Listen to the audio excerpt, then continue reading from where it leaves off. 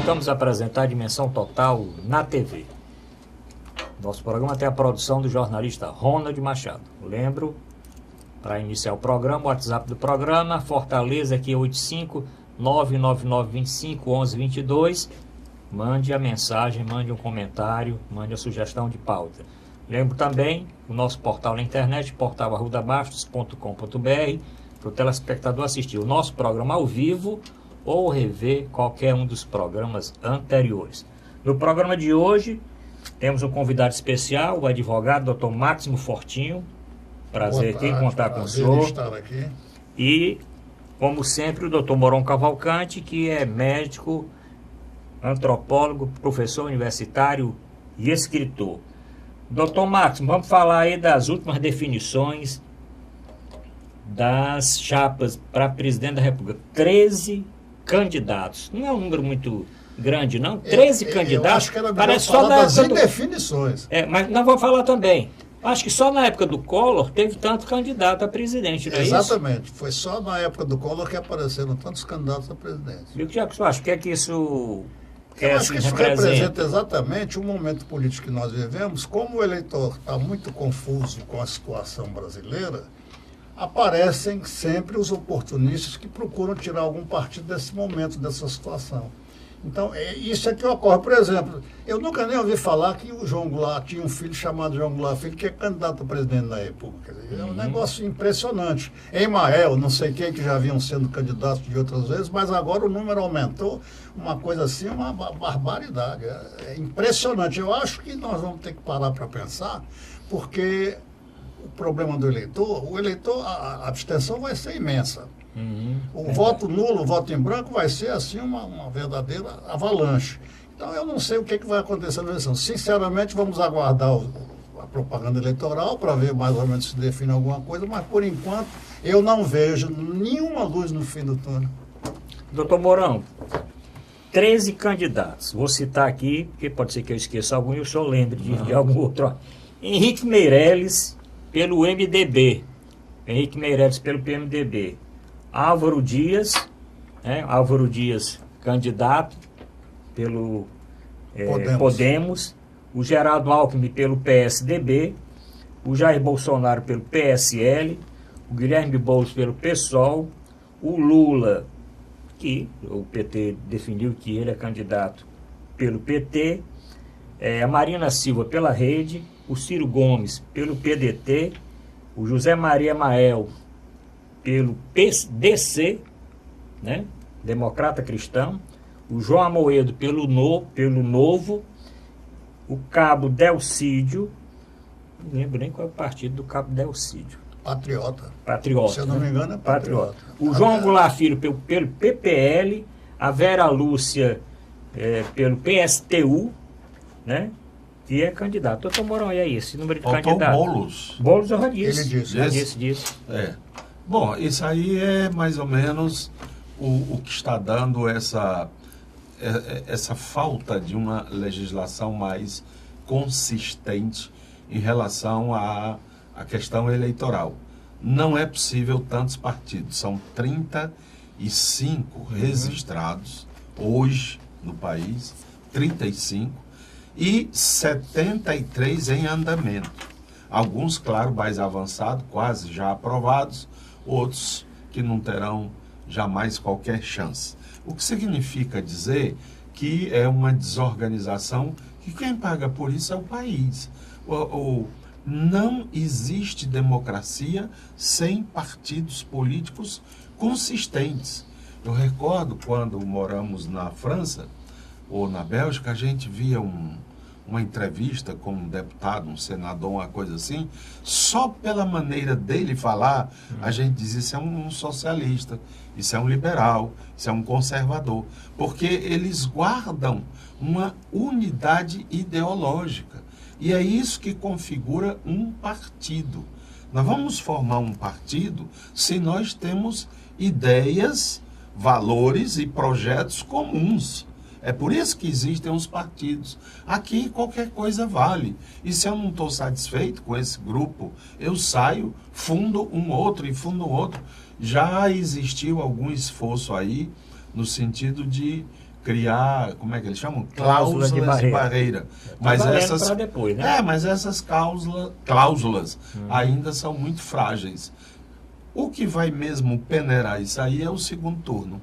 Que, aliás, esses partidos menores esperam por esse momento para fazer negociata. Eu apoio se você me der um ministério tal. Até já se sabe aqui neste país que o PTB, ele não luta pelo poder. O PTB luta pelo Ministério do Trabalho.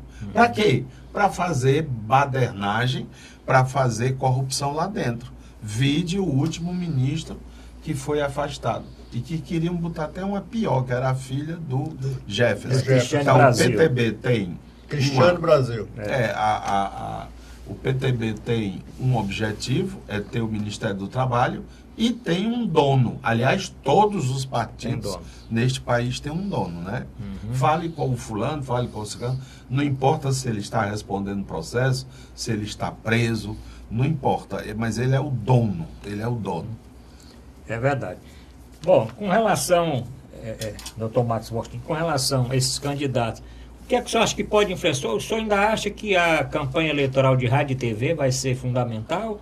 Porque hoje com a internet, com esses debates, até com essa pré-campanha, que é uma novidade, nós não podemos esquecer que esse ano tem uma novidade aí com relação aos outros anos, né?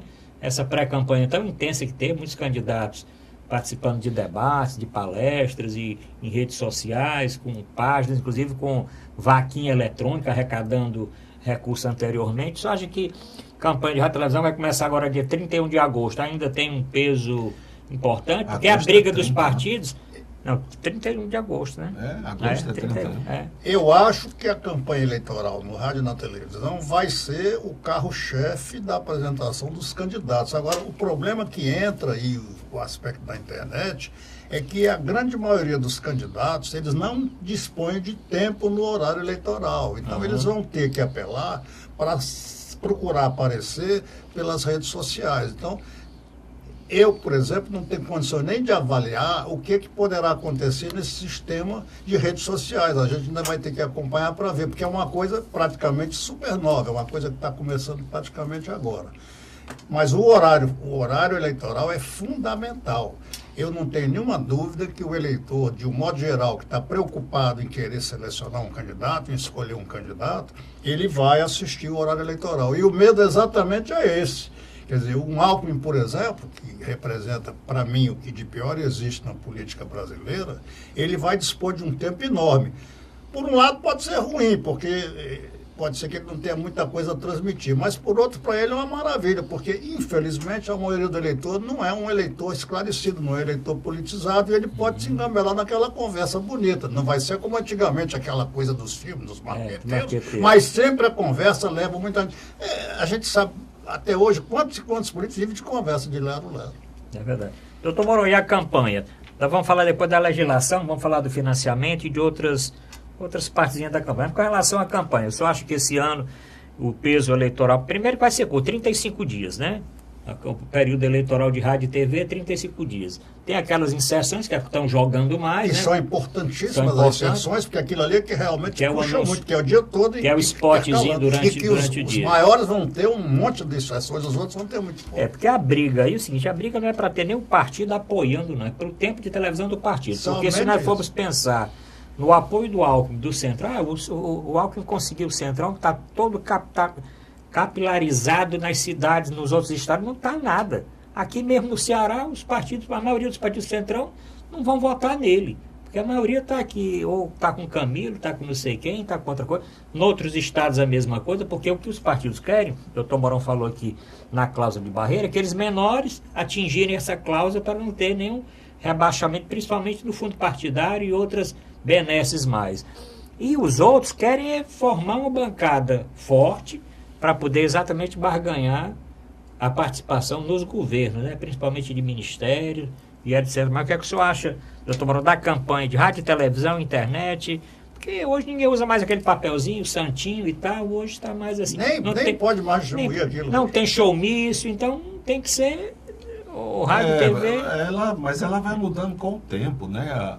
A influência da formação de opinião, ela muda a ferramenta. mas a ideia ou as ideias são as mesmas. É o produto que se quer vender, não é? Aliás, isso é muito estranho no Brasil, em que se vende, se fabrica um produto e vai vendê-lo. É interessante porque ele diz assim, quanto menos, é até melhor o cara não ter sido candidato nem nada, porque ele está limpo. Se a gente pega um candidato já viajado, ele tem aquelas sequelas do trajeto, e aquilo vai ser destacado no momento da campanha. Então, se pega um cru, né? Um outsider. Por exemplo, aqui pega o general, o que é que você tem a dizer contra esse general, né? O que é que você conhece da vida dele, do que ele fez? O governador tem, porque já foi secretário, é governador, etc. e tal. Agora, a televisão não pode ser negada como fator. Eu vou contar uma experiência própria. Eu fui candidato, né, aqui em Fortaleza. Vice-prefeito. E acompanhava o candidato e tudo. E nós começamos a visitar os bairros. E quando a gente ia ali visitando um e outro, as pessoas, de um modo geral, ou se negavam um contato, ou achavam que nós ali estávamos fazendo propaganda de algum circo que estava sendo montado no bairro, ou algum produto que estava vendendo de alguma loja, não tem uns caminhões que vendem, não sei o que e tal. Ninguém conhecia ninguém, né? Rapaz, aí começa o programa na televisão. 2, 3 dias depois, quando a gente chegava nos bairros, já dizia, olha, é o fulano, olha o da televisão, olha, ele é o candidato a prefeito, olha, ele é não sei quem. Quer dizer, assiste televisão. E como o senhor destacou, doutor, essas inserções, pequenas inserções, tanto na televisão como no rádio, não tem como o espectador mudar, não é? Porque ele sabe, vamos dizer, de 7h30 às 8h30 é programa eleitoral. Ele, fecha, né? Porque ele já está de saco cheio daquelas promessas. Mas a inserção, ele está ali tomando um copo d'água, aí lá vem, né? Eu fiz isso, eu fiz aquilo, eu prometo isso, eu prometo aquilo. De modo que, agora, sobre as redes sociais, eu acho que estão majorando o valor delas. Porque é um negócio muito curioso. A tendência, vamos dizer assim, de alguém que vota ou gosta do candidato X, é selecionar aqueles amigos do gosto X também. Então eles ficam trocando mensagens entre eles, alimentando-se reciprocamente do mesmo. Dificilmente, por exemplo, quer dar um exemplo? Sim. Um cara na internet que é Bolsonaro vai atrás de um cara que é Lula. Ele rejeita logo, ele apaga, ele cai fora. Bloqueia. Ele bloqueia, não é? Então, fica um negócio de nós para nós. Aí só tem um elemento que desestabiliza, é o tal do fake news, né? Sim.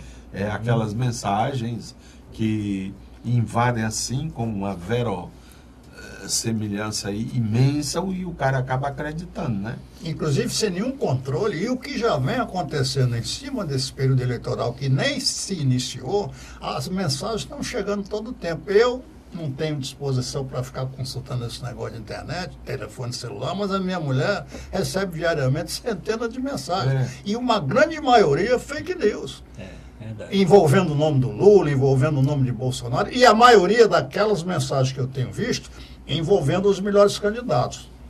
Provavelmente, segundo inclusive tomei conhecimento através da imprensa escrita, o Bolsonaro teria não sei quantos mil seguidores que eram praticamente profissionais para passar o dia inteiro mandando esse tipo de mensagem. Porque ele está tentando compensar o diminuto tempo que de terá, televisão, né?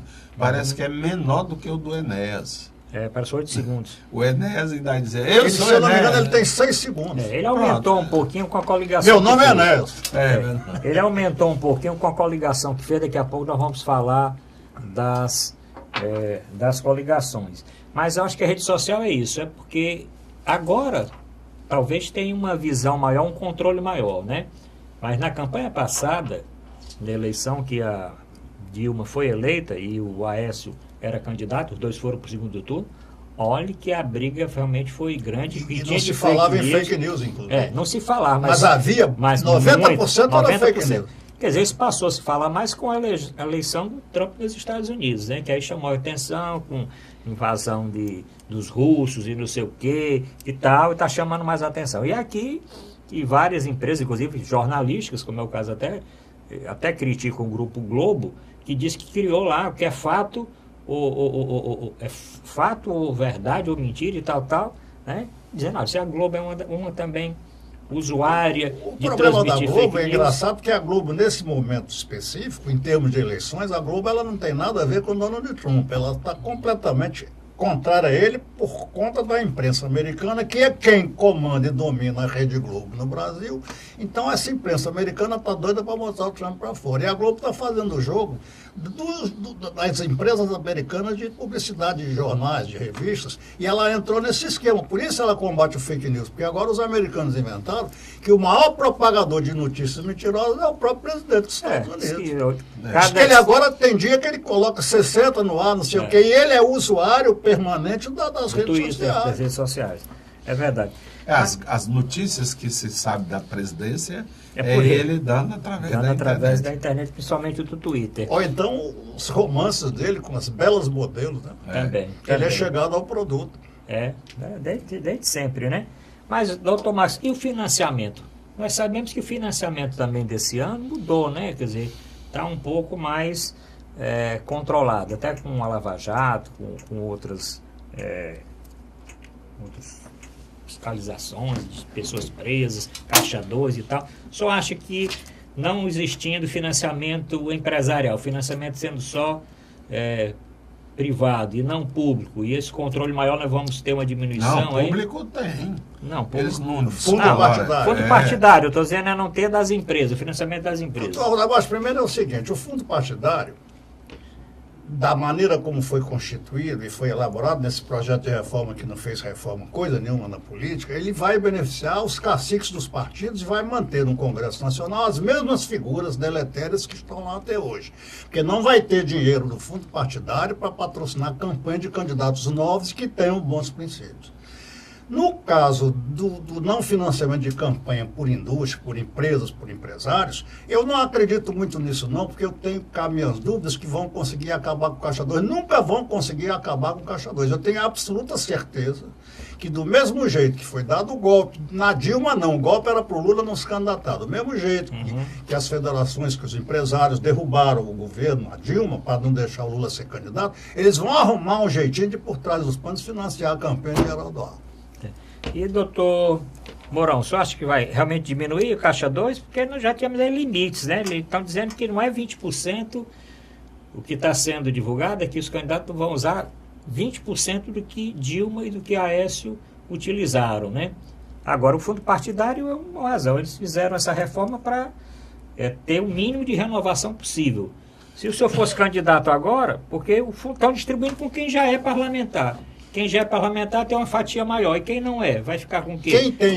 Quem tem a cadeira tem direito a procurar a reeleição. Os outros não têm. Então o fundo partidário é para manter quem está lá. Não tem nenhuma dúvida. Doutor Zé Maria está viajando. Doutor Mourão, financiamento para essa campanha. Onde é que os candidatos... Tem muita gente que não entrou na campanha porque disse que não tem dinheiro. Mas eles sempre fazem umas mágicas aí que nós não sabemos como é. Pelo menos nós... mortais, nós que somos pobres mortais, nós não sabemos como, mas eles sabem. Agora, o detalhe curioso é que a imprensa, já li alguma coisa nesse sentido, dizem, afirmam, informam que as convenções foram ou estão sendo mais modestas. Sim. De primeira era um negócio de arromba, né? Com ônibus alugado, com gente vindo para lá e para cá, com hospedagem liberada, com faixas, com material de propaganda, e que agora a coisa foi mais regrada, mais controlada. Sinal de que, provavelmente, né? E eles estavam se referindo a convenções de partidos pesados. Não era os partidos nanicos, não. Eram os partidos mais pesados que essas convenções foram modestas. Daí que os discursos tiveram que ser curtos, porque não tinha merenda, nem lanche sendo distribuído. Isso. Então eles tiveram que terminar, vamos dizer, começar 9 da manhã, meio-dia, vamos embora. Essa verdade que o doutor Moroni está dizendo foi o fato evidente na convenção do PDT unido com o PT, porque não teve nem 10% dos brilhos e do polvarel que antigamente ia para essas convenções. Exatamente porque eles não dispunham de meios para deslocar a pessoa para vir, certo? E para manter, para lanche, para isso, para aquilo, para aquilo. Eu me lembro na campanha anterior, aquela casa ali por trás do Cocó, que era do Iguatemi, que era o negócio da campanha de Cid e tal. Aquilo ali era impressionante. Eu cheguei a ver ali cerca de 1.500 ônibus num dia de domingo. Verdade. Bom, nós vamos chegar ainda nos candidatos ao governo do estado do Ceará, vamos falar aí dos candidatos ao Senado e vamos falar da importância dos vices. Foi uma briga danada. Tem vice que só saiu aí de madrugada, faltando 5 minutos para o prazo fatal. Mas nós vamos fazer o primeiro intervalo e voltamos já.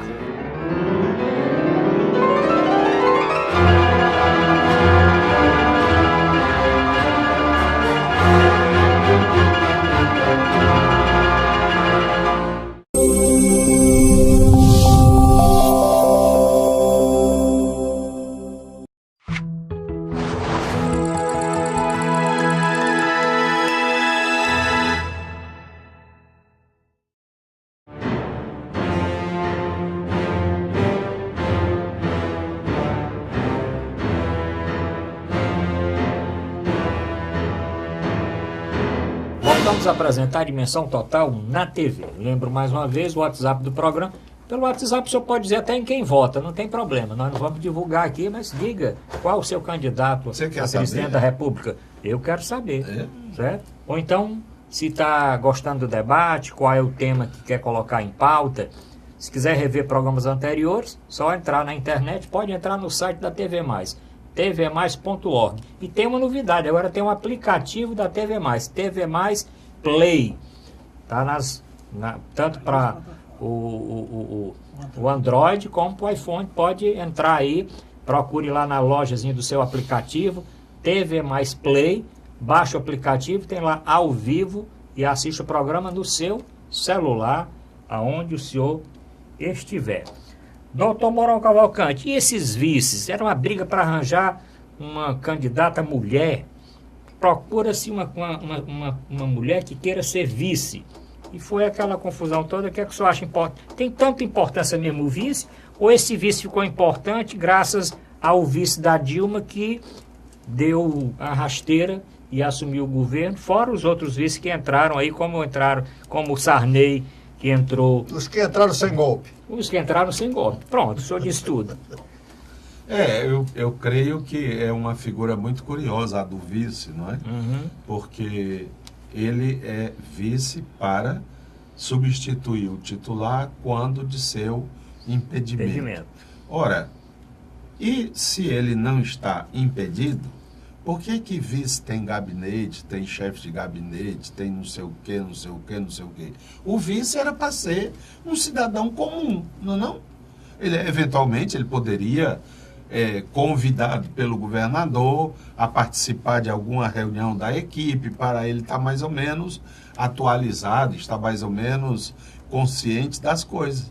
Mas fora disso, né? Então, por exemplo, o vice-prefeito de Fortaleza é um poder paralelo, o Dr. Moroni, né? Dr. Moroni Bin Torgan. Ele tem um poder paralelo dentro da prefeitura. Ele domina algumas secretarias, ele não sei o quê, dentre outras coisas, para fabricar o filho deputado. Ora, vice é vice. Mas também tem uma tradição no Brasil que diz que vice que não está ocupado conspira. Sim. Então eu acho que é por isso que eles providenciam, os titulares providenciam uma casa, chefe de gabinete, assessor disso, assessor daquilo, não sei o quê, onerando, né, que vai terminar caindo nas costas da gente sob forma de impostos. Foi um malabarismo porque acham que o fato de ter uma mulher como vice, as mulheres vão votar naquele candidato. Isso é é babaquice, né? Porque não é verdade. 2, se for para prestigiar as mulheres, será muito mais dentro do programa do candidato do que escolhendo um vice. Não é? Se eu quero prestigiar as mulheres, eu vou apresentar no meu programa de governo políticas objetivas de ajuda às mulheres, de promoção das mulheres. E não pegando uma de qualquer jeito, para colocar como vice. Aí você tem casos como, por exemplo, o do Alckmin, que escolheu uma senadora que, segundo consta em sua história, isso me foi contado por diversos gaúchos, que ela era simplesmente uma jornalista do Zero Hora e que faltava candidato para o Senado. Ela entrou, ela foi, e aí ela começou a falar, teve destaque, e agora ela está aí na fila para ser vice-presidente. A atuação dela foi uma atuação só de críticas ao PT, talvez. Principalmente. Principalmente, e críticas muitas vezes genéricas, inconsistentes e de provocação. Não sei, mulher, mas aí a gente pergunta, que mulher? Porque, por exemplo, o Meirelles procurou a Suplicy, Marta Suplicy, e ela declinou. Hoje a Marta é um zumbi. Na realidade, o que a elegia era o sobrenome. E ela não pode mais contar com esse sobrenome. Por quê?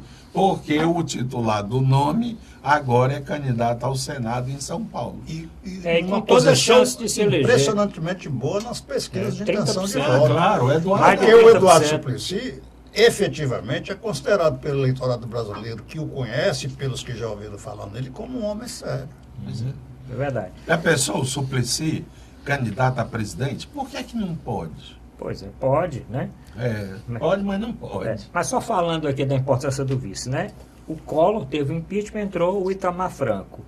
O Tancredo Neves faleceu. O Collor renunciou. O Collor renunciou. Ele renunciou na última hora e o Itamar assumiu. O Tancredo Neves faleceu. Inclusive, à época se levantaram várias dúvidas com relação à morte do Tancredo. Dele. Sempre havia aquela história do avião que caiu. E outra coisa, o Sarney substituiu aquele que não assumiu. É verdade. Não assumiu. Ele não poderia nem ter assumido. Legalmente, ele não poderia ter sido presidente da República. Era vice de quem, né? Ele não era vice de ninguém. Não houve... E o Temer, que substituiu a presidente Dilma agora. Mas, doutor Marcos, o que é que você achou das composições? Tem mais, tem o Jânio Quadros. Não, mas sim, então eu estou falando aqui só que o pessoal aí está... A composição da chapa, eu queria fazer aí... Pós-golpe, né? Aproveitando o tema que o doutor Mourão defendeu, da vice-presidente do Alckmin, a candidata a vice-presidente do Alckmin, além da história de fazer críticas terríveis ao PT, demonstrando um sectarismo absurdo e inaceitável, ela ainda apoiou aqueles movimentos que fizeram contra a caravana do Lula no Rio Grande do Sul. Verdade. Ela defendeu, inclusive, os tiros que deram nos ônibus da caravana do Lula, no Paraná, no Santa Catarina, no Rio Grande do Sul. Porque nós temos conhecimento disso, nós que vivenciamos a política do dia a dia, nós sabemos que por questões culturais, por questões de colonização, a maioria do conservador brasileiro, realmente conservador exagerado, eles estão no sul do país. Essa é que é a dura realidade que a gente não pode fugir. Não é discriminar o eleitor gaúcho, mas é mostrar que realmente aquela grande parte do eleitorado gaúcho é de um conservadorismo extraordinariamente forte, quer dizer, é até perigoso. Provou no problema não. Então, o problema das candidatas mulheres é porque o eleitorado da mulher cresceu. Evidentemente, elas têm maior número de eleitores, são maior número de eleitores do que os homens. Só que, como você disse, mestre, o problema da mulher, se a mulher fosse votar em mulher só porque fosse mulher, ou pegar voto para homem, as mulheres teriam uma bancada maior do que a dos homens. No entretanto, isso não ocorre. A bancada das mulheres é ínfima. Os homens precisam até criar cotas específicas para incentivar a candidatura de mulheres. Cotas, inclusive, para os partidos colocarem nas relações de candidatos mulheres e agora, inclusive, na divisão do fundo partidário. Exatamente. Fundo partidário tem uma parte que é específica para as candidatas mulheres. Senão não mandavam dinheiro nenhum para elas. Para elas, é verdade. Escolhiam para ser vice, mas não mandavam dinheiro para elas. Ela vai ser vice porque vice não leva voto, quem leva voto é o presidente. É verdade. Doutor Mourão, nós falamos aqui da Ana Amélia e do Alckmin, mas o que é que o senhor achou da composição do Bolsonaro lá com o... Eu queria até perguntar ao doutor Sim. Mourão se o general é parente dele. Mourão. Nós já falamos aqui do Mourão uma vez, você está lembrado, né? Tem uns programas anteriores, nós falamos dele aqui. Mas o que é que o senhor acha aí do Mourão? Não, Do Mourão e do Bolsonaro, mas pode falar. Tá certo. Não, para complementar essa história de mulheres Sim, como candidatas, há também um viés muito perigoso. É que a mulher só é candidata porque é a esposa do fulano de tal, ou é a filha do cicrano. Nós temos muitos casos aqui no Ceará. Por exemplo, agora há uma senhora que é candidata a deputada estadual, que é irmã dos Ferreira Gomes. Sim. Lia Gomes. Lia, né? Lia Gomes. Você tem a esposa... até uma médica a esposa do prefeito de Caucaia, que está se candidatando a deputado. Aquele outro deputado federal, Genesias. Tem uma filha. Tem Não, uma é a esposa. A esposa que é deputada.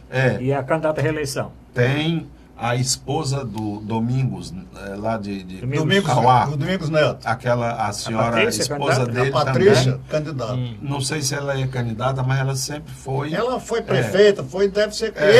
Ela não vai ser candidata porque o filho é federal e ele vai ser candidato a deputado estadual. Por isso é que ela não vai ser candidata, mas está sempre numa coisa na prefeita. E é próxima candidata a prefeita de Tauá. Aqui também tem o doutor Roberto Pessoa, que tem uma filha, tem a filha, que é a Fernandinha, Pessoa. E a prima dele é a candidata a vice-governadora do PSDB.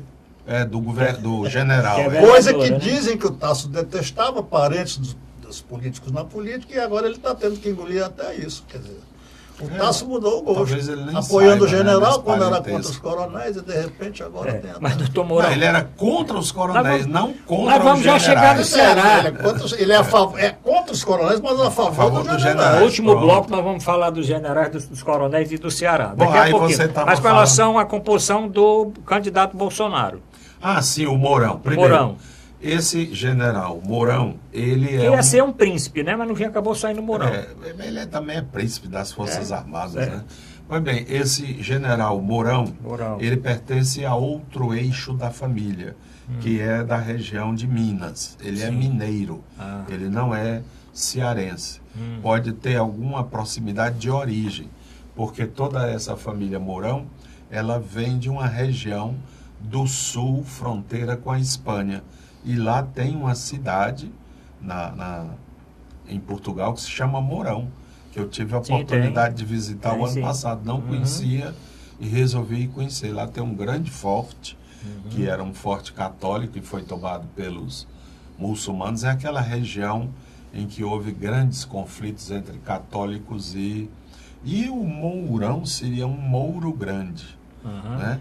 Mas esse general, ele não é parente próximo nosso. Ele é daquela mesma genética, daquele mesmo DNA, do general Mourão, que saiu de Juiz de Fora para dar o golpe, né? Para dar o golpe, não foi? Para dar o golpe, ele foi em direção a São Paulo. Como era o prenome dele? Esse aqui é Antônio Mourão. Falta só o Cavalcante e a cabeça. E esse outro era o general Mourão, que usava... Ele era muito conhecido como Mourão. Inclusive, eu nasci em Juiz de Fora, estou no Ceará desde 1961, e à época eu servi exército em Juiz de Fora. Eu conheci pessoalmente o general. Pois é. Então, esses aí, eles gostam de negócio de... Mas o que é que o senhor acha da composição? Rapaz, é botar leite moça com creme de leite, né? Quer dizer, ninguém sabe, mistura, ninguém sabe o que é quem. É a mesma... Estão invertendo a hierarquia do exército, quer dizer, o capitão vai mandar no general. Ou, melhor dizendo, dentro da linguagem militar, O general vai bater continência para o capitão. Mas também o candidato Jair Bolsonaro, ele tentou a Janaína Pascoal para ser candidata, tentou... Ele não aceitou as condições da Janaína Pascoal. Ele tentou, mas não por exemplo, deu certo, né? Ele já falou inúmeras vezes que quer acrescentar mais 10 membros no Supremo. Ela é radicalmente contra isso. Ela é professora de direito. Como aceitar uma excrescência dessa? De repente, muda a Constituição, bota mais 10. Aí, porque eu quero. Né? E fora outras coisas também, sobre a política das mulheres, justamente. Redução da ela, inclusive, na convenção que acolheu o Bolsonaro, ela fez um discurso contrário e chegou a ser vaiada no âmbito da convenção. É verdade. Porque ela disse que não devia haver aquele sectarismo, que deviam discutir ideias, etc, etc, etc. Para mim, o discurso da Janaína não vale coisa nenhuma, porque eu não sei quem é pior, se é ela ou o general, mas, pelo menos, eventualmente, ela assume posições como professora de direito constitucional. O general é general, pronto. Agradou o eleitorado do Bolsonaro. Não tenha dúvida que o eleitorado do Bolsonaro, que é um eleitorado que muitos querem a volta do regime militar, são a favor da tortura, são a favor de uma série de coisas, agradou. Aí é que eu quero fazer... Não agradou, não? Aí é que eu quero fazer a denúncia. Sim. Vou repeti-la aqui. O senhor Jair Bolsonaro, não me consta que ele tenha procuração do Exército ou das Forças Armadas para falar em nome deles, do Exército ou das Forças Armadas. Não há procuração. Ele está falando de graça. Há 30 anos ele deixou, há mais de 30 anos, ele deixou de ser militar. Ele já foi vereador no Rio por 2 anos, aí candidatou-se a federal e está concluindo o 7º mandato. 28 mais 2, 30. E tem mais 1 ou 2 que ele saiu das casernas. Então ele não pode, ele chega e diz assim, nós lá no Exército, nós quem, cara pálida? Tu não pode estar falando em nome do Exército. Existe uma hierarquia, existe um ministro, existem os superiores. Mesmo colocando um general, general também reformado, não pode estar falando em nome do Exército. Então está na hora de alguma autoridade das Forças Armadas vir dizer, olha, esse senhor, apesar de ter suas qualidades, pode dizer o que quiser, mas ele não fala em nome das Forças Armadas. Qual foi o momento, nesses últimos 10 anos, em que o Exército defendeu tortura? Ele defende. Ele defende. Abertamente. Ele é o fã ardoroso do Coronel Urso. O Exército abriu espaço para as mulheres. Hoje existe o quadro feminino no Exército. Esse cara fica insultando o tempo todo as mulheres. De um machismo que não se concebe. Nas Forças Armadas existem homossexuais e eles estão lá em altas patentes, etc. e tal, e ninguém os molesta por causa disso. O exército meu, o exército brasileiro, é o dos pracinhas, é o dos homens que foram colocar a vida em risco no Haiti, pela paz social do Haiti, que aceitaram agora uma ordem esdrúxula desse presidente maluco de mandar o exército intervir no Rio de Janeiro. Não é nem intervir no Rio, porque para intervir no Rio tinha que intervir também no governo. Ele interviu na Secretaria de Segurança Pública. Não é este o exército, não. Não é esse o pensamento dos Estados maiores. Esses caras fazem formação em alto grau, não é? De altos estudos, de complexidade, de geopolítica e tudo. Para vir com um discurso barato, um discurso completamente desqualificado e dizer que é em nome do exército. Nós lá no Exército não aceitamos isso. Nós quem, cara pálida? Então cabe urgente. Eu, como cidadão, gostaria que alguma autoridade da ativa do Exército viesse dizer, olha, esse homem tem nossa procuração para falar o que ele está falando. Ou então para dizer não. O que ele está falando é da responsabilidade dele, apesar de nós o identificarmos como um ex-companheiro, como não sei o que, não sei o que, não sei o que. Doutor Moura, o senhor está absolutamente correto na sua posição. Eu, inclusive, tenho absoluta certeza que a grande maioria dos componentes do Exército Brasileiro, da Marinha, da Aeronáutica, das Forças Armadas, não vai votar de maneira nenhuma em Bolsonaro. E o senhor disse uma coisa muito interessante e muito importante com relação a Bolsonaro. Os oficiais do Exército Brasileiro, o pessoal que realmente pensa, né? Pensa, estuda, trabalha, tem cursos em todo, inclusive no exterior. O Bolsonaro, quem conhece, quem serviu o Exército, como eu servi, sabe que o capitão, quando ele chega ao grau de capitão, se ele não fizer o curso de Estado-Maior, ele não será mais promovido. Ele só chega a capitão e não passa mais de capitão, porque ele não fez o curso de Estado-Maior. E as informações que nós temos é que o Bolsonaro sequer fez o curso de Estado-Maior. Então, ele se reformou, provavelmente porque não seria mais promovido, porque ele não ia passar de capitão, porque não teria feito o curso de Estado-Maior, ou se fez não foi aprovado, certo? E meteu-se na política com essas ideias estapafúrdias e loucas. O senhor disse muito bem. O Mourão não fala em nome de exército coisíssima nenhuma. Ele fala em nome próprio e loucuras totais. Mas o exército precisa dizer isso. Por isso que eu digo, endosso, desautorizado. Ele não é. O senhor está dizendo certo, isso aí é correto. Por quê? Porque a grande maioria do povão que se empolga com o Bolsonaro e o seu discurso precisaria ouvir das patentes mais altas do Exército Brasileiro, que ele não representa exército coisa alguma. Bom, vamos fazer o segundo intervalo, voltamos no último bloco para falar do Ceará e ainda um pouquinho mais. São tantos presidentes, eles são só candidatos que não dá para falar num programa só. Falamos aqui em 2 e já quase estamos terminando o programa. Voltamos já para falar do Ceará.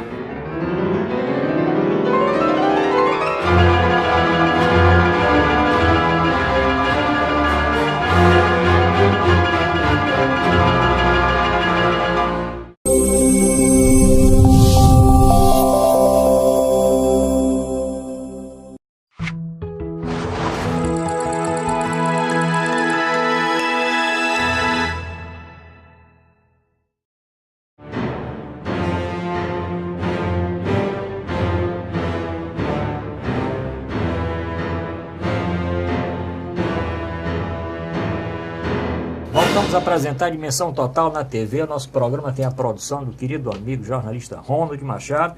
Não esqueça de mandar sua mensagem para o nosso WhatsApp. Aqui é Fortaleza 85 999 25 11 22. Não esqueça também de acessar o nosso portal na internet, portalrudabasso.com.br. Leia as minhas crônicas, está lá no meu blog. Os artigos do Dr. Zé Maria Filomeno, os meus, Dr. Manuel Fonseca, Dr. Regis Dias, de outros colunistas do meu portal, e também assisto o programa ao vivo dentro do portal e leia as últimas notícias do dia.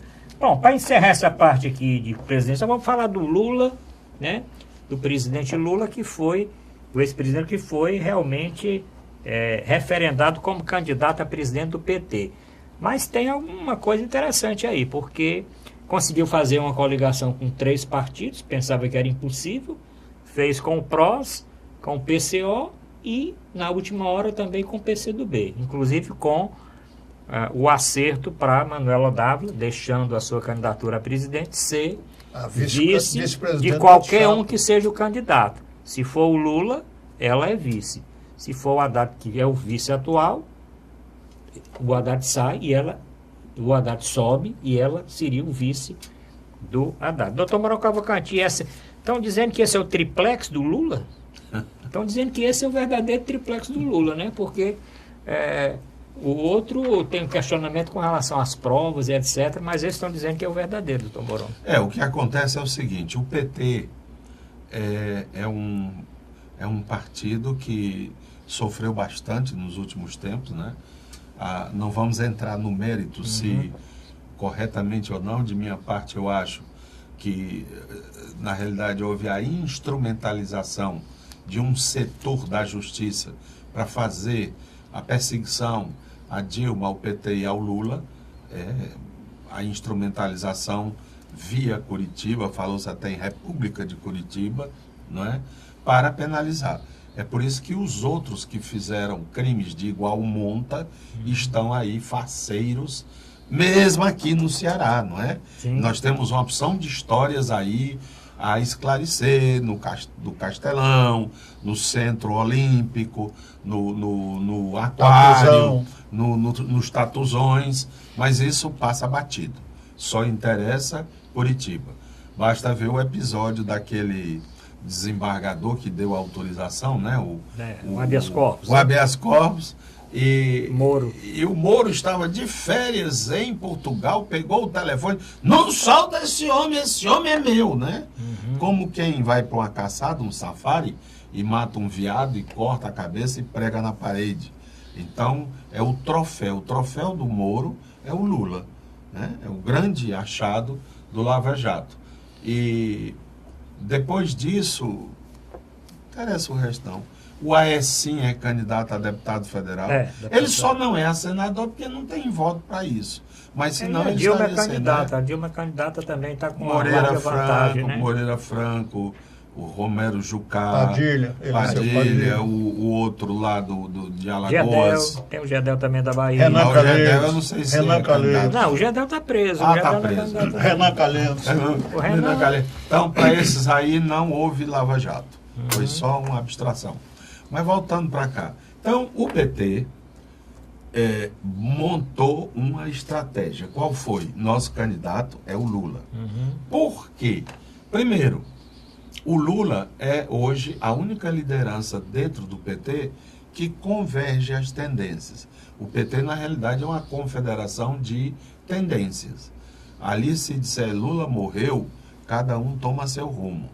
E isto aconteceria se, no momento em que foi anunciado que o Lula seria preso, dissesse ele não é mais candidato, acabou-se, cada um tome seu rumo. Dizendo que ele é candidato, essa unidade é preservada. Segundo, fala-se do Lula. Então ele é um preso que incomoda, porque mundialmente fala-se disso. Ele continua ativo. Aliás, nunca se falou tanto no Lula como agora, né? Depois dessa decisão, foi o mais falado aí nas redes sociais, longe de qualquer outro candidato. Pronto. Terceiro, tem o pessoal do PT que precisa do respaldo do Lula para se apresentar. Eu sou candidato a deputado federal pelo PT. E é o Lula que está mandando você votar em mim. O pessoal vota. Mas se ele disser, eu sou candidato do PT, o pessoal, você é um ladrão, seu sem vergonha. Então, o Lula serve para manter, preservar essa unidade. Até onde? Até onde der. Se ele puder entrar na eleição, ele vai se candidata e pode ser eleito. Se não puder, aí entra o tal do plano B, mas aí nós já estamos em setembro e o estrago está feito. É por isso que esse pessoal tem tanto medo. Soltaram o Lula! E o Hélio Gasper ainda defendeu, num artigo que ele fez aqui, publicado recentemente, que o grande medo das classes empresariais era exatamente o Lula eleger o seu poste, que seria aquele candidato que iria substituir o seu nome quando o Tribunal Superior Eleitoral impedisse dele ser efetivamente candidato, o que vai acontecer, sem qualquer dúvida. Em termos jurídicos, hoje o Lula não teria condições de disputar uma eleição, uma condição que ele se encontra. Mas o medo dos empresários é exatamente aquela. O Lula não vai, mas como ele está sempre na frente, em todas as pesquisas de intenção de voto, quando ele aparece... E está vivo, ele está ganhando, está vivo e está crescendo, e o mundo inteiro falando. E no segundo turno, se for um candidato do Lula para o segundo turno, ganha a eleição no Brasil. Pois é, este é o grande medo da classe empresarial. Aí daí última forma. Deram o golpe da cima e depois vão quebrar a cara. E aí, estavam criticando essa estratégia do Lula, viram que a estratégia foi correta. Corretíssima. Correta, né? E todos aqueles que batiam no Lula, na realidade, estavam fazendo o bolo crescer. E a outra coisa, né, doutor Marcos, porque o tempo de televisão também, eles conseguiram o segundo tempo. O segundo maior tempo, o primeiro é do Alckmin, com a sua coligação do Centrão, mas o Lula, com o Lula, o PCdoB, o PCO E o PROS conseguiu, então, seu segundo tempo de televisão. Então, e como é que falando tanto desse homem, falando razoável, tanto desse partido, né? Ele vai passar batido? Fora esse trabalho... E o fundo partidário do PT também é muito grande. O PT tem estrutura. E a ideia é que o Lula, depois de não conseguir o registro da sua candidatura, saia como uma vítima. Olha, eu ia ser, as pesquisas estão dizendo que eu tenho toda a condição de me eleger, mas não estão deixando, estou sendo perseguido e tal, meu candidato é fulano de tal, para poder deixar isso como doutor Marcos. Mas eu queria um tempinho, vamos falar aqui do Ceará, nós não podemos deixar. No Ceará são 5 candidatos. Mas não é de futebol, não. Não. Aqui, candidato a governador são 5. Ailton Lopes pelo PSOL, Camilo Santana pelo PT, o Francisco Gonzaga PSTU, o General Teófilo PSDB, o Hélio Góes pelo PSL. Doutor Mourão, as cartas estão lançadas. E agora aqui no Ceará? Bom, aqui também nós temos algo parecido com a história do Lula. A voracidade do candidato Camilo em formar maioria acabou transformando essa maioria num saco de gatos. Você sabe o que é um saco cheio de gatos? Sim. Um surrão cheio de gatos, tá entendendo? É o que é essa coligação. Por quê? Porque tem dois candidatos, pelo menos 2 candidatos a presidente, bem nítido, que é o Ciro e o Lula. Que, por dever, o governador deve apoiar. Quem? O Ciro, porque é o pai político, quer dizer, o grupo Ferreira Gomes, não é isso? Ele foi tirado, pinçado, ele chegou a perder a eleição para prefeito de Barbalha. Bom. Não, mas o Camilo foi candidato a prefeito. Foi derrotado. Foi. A candidato a prefeitura. Não, o candidato dele, né? O candidato dele, né? O candidato dele, verdade. Perdeu a eleição. Verdade. O atual prefeito derrotou o Camilo lá. Antes. 2. O Ciro, portanto, ele deveria essa fidelidade. Como um dia o Tasso teve para com o Ciro. Entre o Serra e que era do PSDB e o Ciro, ele disse, não, eu vou ficar com esse rapaz, que esse rapaz é minha cria e esse rapaz é conterrâneo, eu conheço, etc. E votou no Ciro. Verdade, sim. Agora o Camilo está fazendo o caminho inverso, né? Aliás, deve ter aprendido com os próprios, porque eles também rejeitaram de traição em traição a política do Ceará, né? Então, há esse imbróglio. Além do mais, o Ciro é constante crítica ao senador Eunício Oliveira, com o qual o governador está abraçado politicamente. Não será surpresa, volto a afirmar, se essa dissidência não rachar daqui logo mais e o lado dos Ferreira Gomes apresente o ex-governador Cid Gomes como candidato a governador. Aguardemos. As próximas horas serão muito pesadas para a política do Ceará. Doutor Max Fortinho, e aí do Ceará? São 5 candidatos. Como é que o senhor acha aí? O Camilo conseguiu formar uma grande coligação, mas tem esses problemas aí, né? Com relação ao Eunício, que não está dentro da coligação, mas é apoiado pelo governador. O Eunício também conseguiu formar uma boa coligação. Vários partidos na coligação do Eunício para senador, né? Eu nunca vi na minha vida, em termos políticos, nada do que foi visto na convenção do PT com o PDT, onde tínhamos, de um lado, o retrato de Eunício, do outro lado, o retrato de Cid, o retrato de Lula com o retrato de Ciro, onde o candidato a governador, que foi homologado pela convenção, não mencionou o nome de Lula sequer, e ele sendo do PT. Então, isso foi uma coisa que eu nunca imaginei que pudesse acontecer. Eu sempre soube e reconhecia o cinismo dos políticos, certo? Mas esse caso extrapolou todas as esferas de uma coisa, de uma realidade, é uma coisa nunca vista. E até hoje o Camilo não fala se vai votar em Lula, se vai votar em Ciro, diz que isso é problema para depois. Nós agora estamos discutindo um problema de governador, não estamos discutindo um problema de presidente. Ele já declarou, mas no dia que houve uma reunião do PT, ele deixou claro, inclusive ele assinou um documento. Eu sou eleitor de Lula, estando ele Lula, preso ou não. Exatamente, foi exatamente naquele encontro do PT que não tinha o caráter de convenção e que foi exatamente para fazer a garantia da candidatura dele. Porque estava, inclusive, a discussão com relação se o senador Pimentel ia ser candidato à reeleição ou não. Exatamente. Retiraram foi para poder dar retirado espaço. para poder ficar. O PDT ainda sendo a possibilidade de lançar 2, mas no fim ficou só o Cid como candidato. O problema, inclusive, do Eunício Oliveira, eu tenho aqui minhas dúvidas, que os Ferreira Gomes esculhamam com o Eunício, o Camilo protege o Eunício. Eu tenho a impressão que isso é um jogo como os Ferreira Gomes sempre fizeram. O Cid, o Ciro, ele larga a lenha em cima do Eunício, mas o Camilo pega o Eunício para botar para o pessoal dele aqui, para ajeitar, porque pelo que eu sei do Ciro Gomes, se efetivamente ele não aceitasse o Eunício como candidato, apoiado pelo governador Camilo, que é cria dele, ele não admitiria que isso acontecesse. Era mais fácil ele rifar o Camilo. Coisa muito pior ele fez com o Tasso Gereissati, que foi o criador da criatura Ciro Gomes. Mas vamos falar, então, tem poucos minutinhos, vamos falar para o Senado, né? Porque as candidaturas para o Senado são 6 candidatos ao Senado. Os candidatos ao Senado aqui: Ana Karina pelo PSOL, Cid Gomes pelo PDT, Eunício Oliveira, MDB, Geraldo Magela, PSTU, Jamison Simões pelo PSOL, João Saraiva pela Rede, Luiz Girão pelo PROS, Mayra Pinheiro pelo PSDB, Márcio Pinheiro pelo PSL e Pedro Ribeiro, um outro candidato. Doutor Moura, e o Senado como é que ficou aí? O senhor já falou desse problema aí da coligação PT-PDT, mas aí como é que vai ficar essa disputa? São 2 vagas.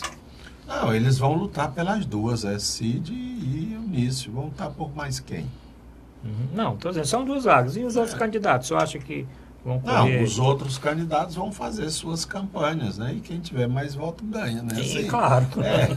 Claro. Então, a questão não é essa, a questão é a figura do senador Eunício Oliveira, né? Quem o apoia. O governador está a fim de... Agora, o Eunício é do MDB e o governador é do PT. Ou então tudo é apenas uma dança de letras. Eu tenho a impressão que acabou-se essa história de partido no país. E isto compromete gravemente a democracia. Foi o primeiro assunto que nós tratamos hoje aqui. Se não houver uma reforma política séria, grave, nós vamos continuar nesse balacobaco de saco de gatos. Não existe cor partidária, e existe porque tem dinheiro, porque tem dono, mas não é assim que se constrói uma democracia. Eu acho que esse é um dos nódulos principais a ser sajado, a ser tirado. Não existiriam partidos, existiriam bandos. São... Porque partido teria que ter ideologia, então é um caso específico, não há a menor possibilidade de se fazer uma democracia sem partido forte. Nós não temos uma democracia forte. Nem dentro do Estado, por exemplo, vou dar um exemplozinho bem curioso. O deputado Heitor Ferrer foi catapultado. Foi. De primeiro eles botavam a tábua, né? Botavam aqui a bomba e pulava aqui. O cara voava. Catapultado do PDT. Quem? O Heitor Ferrer. Por quê? Com a entrada do Porque Ferreira o PDT Gomes foi invadido pelos Ferreira Gomes, ele ficou sem canto. Aí ele correu. Ele correu pro PR, aí a Gorete adere ao Camilo. Ele ficou numa caça sem gato. Ele correu para o Solidariedade. Solidariedade. Aí vai o Genesias Vira também para o Camilo.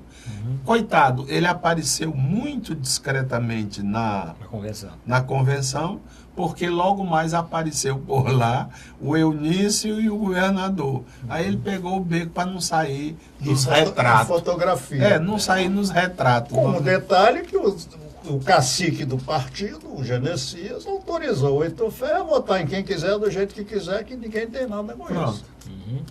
Da mesma forma que também aí no partido denominado Avante, que é capitaneado aqui no Ceará pelo Cabo Sabino. O Cabo Sabino disse que não vai votar no Ciro, porque o Avante fez uma coligação com o Ciro, né? Então ele disse que não vai votar. Da mesma forma que o capitão Wagner disse também que não vai votar no Lula, porque o PROS fez uma coligação com o PT. E tem outra notícia aí, houve uma convenção de um partido aí, não sei qual era, em que o empresário jornalista, o Bardavil, Alberto Sim, Bardavil, que ia ser candidato ao Senado, né? Ia ser candidato ao Senado, e o partido, apesar de não ter nenhum candidato, negou para ele legenda para candidatar-se ao Senado. Por quê? Porque a turma do governador foi lá e disse, a última forma, esse cara aí não. Tira o cara. Senão, e ele ficou chupando picolé lá fora. Porque o problema todo, doutor Marcos, nós estamos vendo aqui a discussão com relação às campanhas não proporcionais. O fogo, a briga, é no formar das coligações partidárias, de uma coligação dessa tão ampla como a do Camilo.